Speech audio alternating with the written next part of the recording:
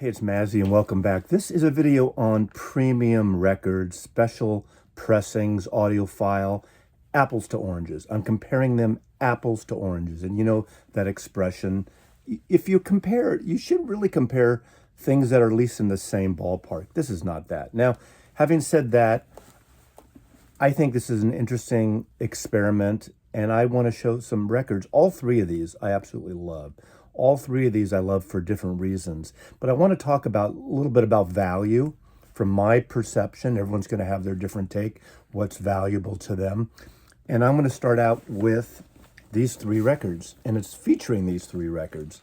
This is the UHQR 33 1/3, Bob Marley and the Wailers, Rastaman Vibration from 1976. Then the great album Dillard and Clark of Doug Dillard, the banjo player, and Gene Clark from the Byrds. This is their bluegrass country outfit after Gene Clark left the Byrds. And this is put out just recently by Intervention Records. It's a wonderful record. And lastly, a record that is the orange to the apples in some ways. Of course, these are all apples to orange. They're all so different. This is the Lou Reed Archive Volume 1 Deluxe Edition. The Deluxe. I'm talking about Deluxe. I'm talking about Premium. I'm talking about when they put special extra effort so you pay more. Now, is it worth the price to pay more? That's for you to decide, and sometimes yes and sometimes no. And this is one person's opinion. In this case, this is my opinion. So we'll talk about this too. I'm going to save this one for last because it's in a different sort of direction than the first two. Let's start right off the top with this amazing sounding record. This is the Bob Marley record, Rastaman Vibration from 1976. A little historic background from my point of view.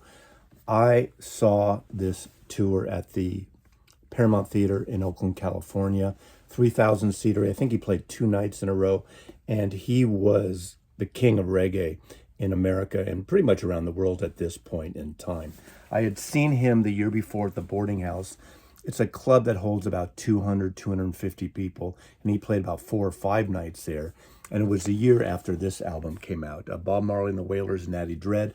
This is my original American promo copy, and it sounds just wonderful. Now, I do not have my original of this anymore, but I had a friend come over over the weekend, and we played that several times, and then I played this to compare, to give you an idea. That was an American, not a UK, and it sounded great. That album, it's a wonderful sounding record. Of course, those records have more of the hits. Some say this record it doesn't have the hits, but this is an amazing record. It's a wonderful sounding record. And I'll say this right off the bat to spare you to watch to the end of this segment. This 33 1/3 UHQR record by Acoustic Sounds is an amazing sounding record. Sounds fabulous. I'll go through the box in a minute. I'll go through the package. But we did a somewhat of a shootout. I don't do that many shootouts, but we did. There's a huge difference. Now, if I had never heard this copy and had the original American, probably, or the UK, which probably has an edge even over the American, that record is fantastic. It's not necessarily to upgrade. If you're someone that wants to upgrade and wants to pay the premium, this is a $125 record. 3,500 copies, limited edition, which is these days, is that too many? Is that too few? It hasn't sold out yet. That doesn't matter. I think it's kind of great that things are available for a while, so anyone who wants one can hear reviews, can hear people's take on it, and they can go buy it. If you are one that is not stretching your dollars and wanting the best sound, this is it. What I love about it too, this is a 33 1/3 version. I'm not a huge fan of 45 RPMs. Yes, they have the edge. I know they have the edge. Science has proven they've had the edge. You know, they send men to the moon with the 45 editions, not the 33 editions. I kid there. But this sounds really great. Super duper Clarity vinyl. I think that's the one. I always get confused. SRX Clarity. There's all these different vinyl formulas that each company has. That's the special whoop-de-doo versions without the carbon black bits, so it's kind of that milky white, and I'll show you that in a minute. This is an amazing sounding record. I understand 500 of those 30 500 copies went to the artist's estate for them to sell, so that means 3,000 left. If you want it, I would buy it. $125, that's a lot. Now, that's what I want to talk about as I go through these records. Let me just quickly go through this. You know, if you watch my videos, my feeling on these boxes, mainly because, you know, they're just not necessary. I did see someone slip in his original copy in the box. Good idea, right? But one record, one box doesn't work for me. I do like that it's shipped separately. It's not shipped in the gatefold, so you don't have split seams. Now, this isn't a heavy-duty premium cover in terms of cardboard weight. It's a little bit thin. However, he makes up for it with this beautiful rattan burlap type textured background embossed. Beautiful job, Chad and company, Acoustic Sounds. I think this is really well done. I don't think it needs to be a big heavy cover, although look at that. You get a little, you know, they could have gone a heavyweight, especially when they're charging $125. Now, that's an issue I'm going to talk about when I get through all these records, because I think this, you know, fantastic package. It's numbered. I have number 1890. That was a good year for ganja back in 1890. But this is just a great record, great music. But again, is this better than the original? Yes. By a large margin, I'd say a good margin. Tells you the whole story of UHQR Technical Specs Manual. You need a manual now for a record, okay? It has their promo piece. This is nice, you know. We used to get these on inner sleeves, but now that people don't like paper inner sleeves, so you get it there. You get this lovely booklet. It's, let's see, 1, 2, 3, 4, 5, 6, 8-page booklet with an essay and decent design. And this is lovely. For this and for mobile fidelity, you don't need these big friggin' box sets. I understand with the new Michael Jackson, they slimmed it down. Smart. But I do like that this is a 33 1/3, and I think that's the way to go. Will they do a 45 later? Who knows? They're going to probably do another Bob Marley, I think. Will I get it? I don't know. It might be Exodus. I don't know. So the boxes, I don't need the boxes. This also came in this week. Dillard and Clark's fabulous album from 1968. Gene Clark leaves the Byrds after co-writing 8 Miles High and gets into this country folky thing with A&M Records. I do have an original copy. I love this record. It's a bluegrassy country record. Really not what was happening at the time. 1968, of course, Sweetheart of the Rodeo. Beau Brummel's Bradley Barn. That country rock thing was percolating. This is from Intervention Records up here in Washington State, Gig Harbor, actually. Now, I believe this is a Stoughton cover. Heavy stock, beautifully tipped-on jacket. I will say, compared to the original, it's a little clogged.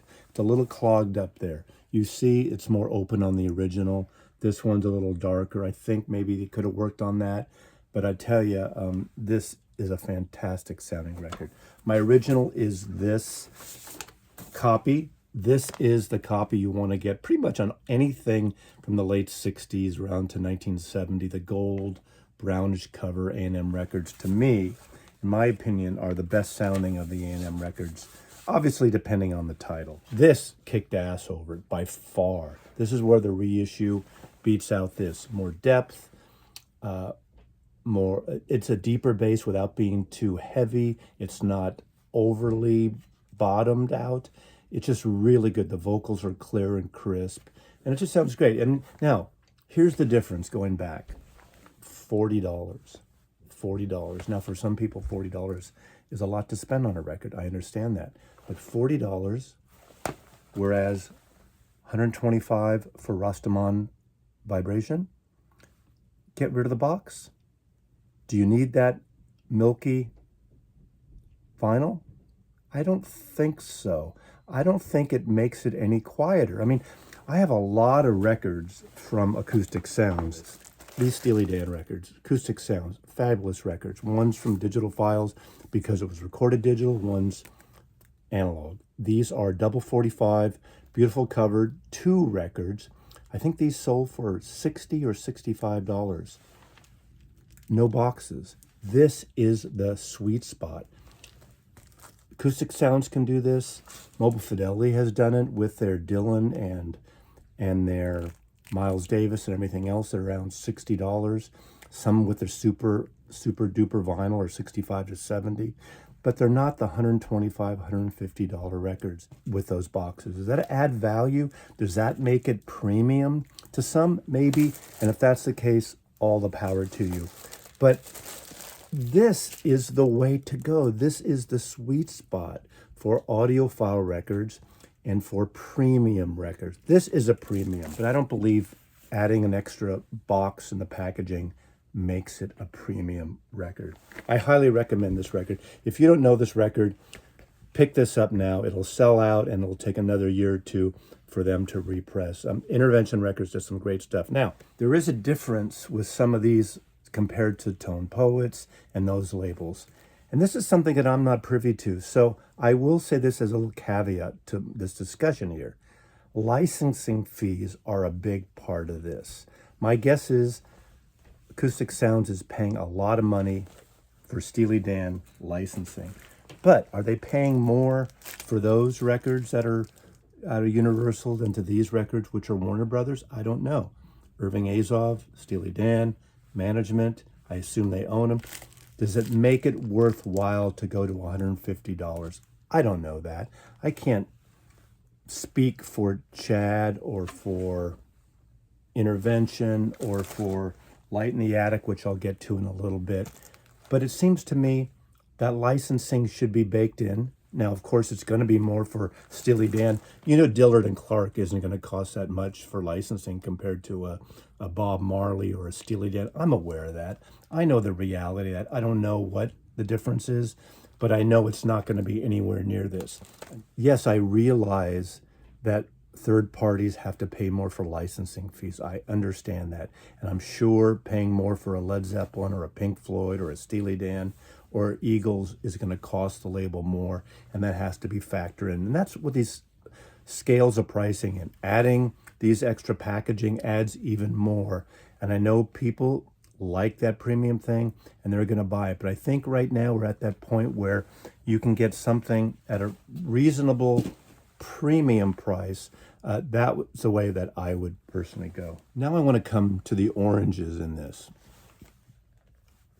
Light in the Attic Records, based out of Seattle, does amazing reissues, special packages. There are more archive releases than not. They've done some reissues, but a lot of times they find these tapes, they find these projects that are very rare or never released before. And this is an amazing example. I did showcase this the other day on another video. This is Lou Reed, Words and Music, May 1965. This record sells for $27 to $29. So depending on the color vinyl, I think there's two versions, under $30. This is a stunning record, but it's archival. These are recordings that Lou Reed sent to himself in 1965 as a poor man's copyright, where you mail a tape to yourself, keep it sealed, 7-inch reel, home recordings that he and John Cale wrote of songs that would appear on Lou Reed's solo albums and Velvet Underground's, including Heroin, Waiting for My Man. And look at this beautiful cover. Now, this comes with an Obi. This comes with a huge book. I mean, this puts the Bob Marley book to shame. This has lyrics, photographs of the archive, early pictures of Lou, wonderful cover photograph by the artist Julian Schnabel, and beautifully designed by the designer Masaki Koike. Just an amazing, amazing package. This just is a stunner. Now, I will say this isn't an audiophile recording. This isn't going to sound as good as Bob Marley. This isn't going to sound as good as Dillard and Clark. These are home tapes. These are demos. These are publishing demos. These are a different beast completely. These are curated by Light in the Attic with the help of Laurie Anderson. These are plated at RTI. These are saddle-stitched 28-page book. But this is such a sweet spot. So let's talk about the apples and oranges of premium again. This is a deluxe premium version. Now remember, not audiophile recordings, not the same league as a Steely Dan or Bob Marley or even Dillard and Clark record. This special deluxe edition retails for $70. $70. That's a lot of money too. But let's see what you get here. You get a double 45 album of the same content. So, you know, they're giving you that extra 45 RPM that supposedly gives you an extra dynamic. Now, I don't think it's really, I'll be honest with you, necessary in this type of album, but it is a nice touch and it adds something and a little more space maybe. But these tapes, again, are home tapes, 1965, Poor Man's Publishing, mailed to themselves. And you also get a 7-inch that contains 6 songs that Lou Reed recorded in the late 50s into the 60s, demos including a cover of Don't Think Twice, It's All Right, partial recording, again, from the rare tapes from his archive, Michael Rowe, Your Boat Ashore. It's got a die-cut sleeve. Now, these are all printed at Stoughton, like the Stoughton covers we keep hearing about with Tone Poets, obviously a different thing, die-cut, again, beautifully designed. So you get a 45 with this version. You get a CD of all the contents. So you're getting essentially the equivalent of a download, but you have CDs. So you get a CD with everything from the main album and the 45 here. You get this beautiful gatefolded design with pockets. So in terms of premium, we're talking premium here. This is more premium than either of the first collections, and this is $70. So $30 more than the Dillard and Clark, and $55 less than the Bob Marley. Some are going to say right now, Mazzy, you always talk about it's about the music, and it is about the music. The Lou Reed music is great. The recordings are not audiophile recordings. The Bob Marley music is great. The sound of those recordings on that record, on that UHQR, is awesome, is off the charts. Really good. I suggest if you can afford it and you love that record, buy it, because it's gonna be gone soon. But then you got this amazing booklet, and you got this. I mean, this kind of even upside down, it looks kind of like wimpy in comparison. Apples and oranges. I totally get it. Two different things. This has beautiful essays, beautiful introductions. There's an essay by Greil Marcus. Greil Marcus ain't cheap to write an essay. Again, greatly designed, again, beautifully curated. It's got the notes and the story of how these tapes were discovered on a shelf when they were dismantling Lou Reed's office. But this is a premium release. This is a premium product. This is how I feel a premium product should be called deluxe and premium. This is $55 less than the Bob Marley. This is an upgrade, but you have an option. You have a $30 option to get most of the music, not all the music, for a different price. So apples and oranges of Lou Reed, Dillard and Clark, Bob Marley, and the Wailers. 3 fantastic records. I recommend all of them. Hope you like this. I'm curious on your take.